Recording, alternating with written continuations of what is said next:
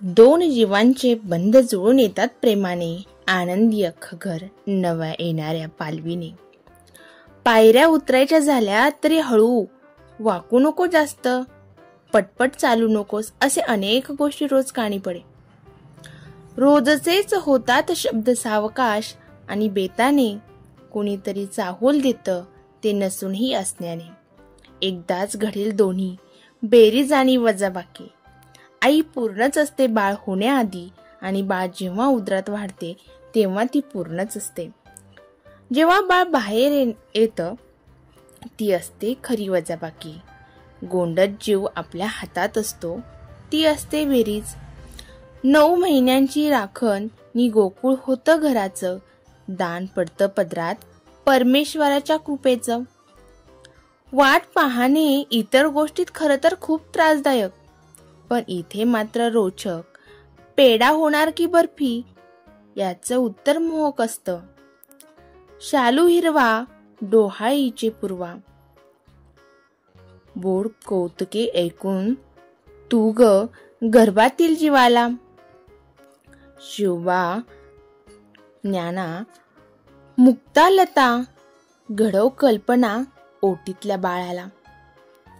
मुलगा की मुलगी प्रश्न पडलाय सर्वांना, पण दिवा असोवा पंती, घर तर उजळणारच. गोड गोंड सुदृढ सर्वगुण संपन्न, समजूतदार शांत स्वभावाची संतती, खरं तर सुदृढ समाजाची निर्मिती. मग दिवा असोवा पंती. सासर माहेरची मंडळी गोड कौतुक पुरवणार. काय हवंय काय नको त्याची काळजीही घेणार. कारण एक सुंदर अंकुर उमलणार तुझ्या पोटी.